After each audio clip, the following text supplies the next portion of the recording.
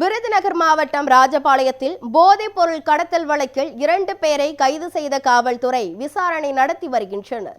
விருதுநகர் மாவட்டத்தில் போதைப் பொருட்கள் கடத்தியவர்கள் மீது நடவடிக்கை எடுக்க மாவட்ட காவல் கண்காணிப்பாளர் தலைமையில் பல்வேறு குழுக்கள் அமைக்கப்பட்டு வாகன சோதனைகள் நடத்தப்பட்டு வருகிறது.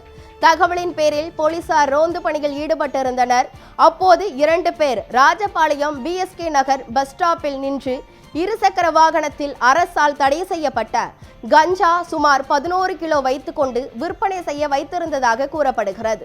விசாரணையில் ராஜபாளையம் தென்றல் நகரில் வசித்து வரும் பாலசுப்பிரமணியம் மகன் கிருஷ்ணராஜா என்பதும் வெங்கடேஸ்வரா நகரை சேர்ந்த ஐயாதுரை மகன் சரவகுணம் என்பதும் தெரிய வந்தது.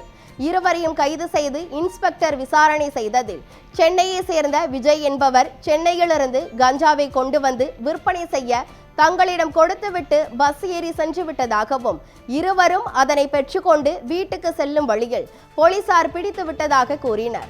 இதனையடுத்து அவர்களிடமிருந்து 11 கிலோ எடையுள்ள கஞ்சா மற்றும் உயர் ரக பைக் பறிமுதல் செய்யப்பட்டு நீதிமன்றத்தில் ஆஜர்படுத்தினர். இந்த வழக்கில் குற்றம் சாட்டப்பட்ட சென்னையை சேர்ந்த விஜய் என்பவரை போலீசார் தேடி வருகின்றனர்.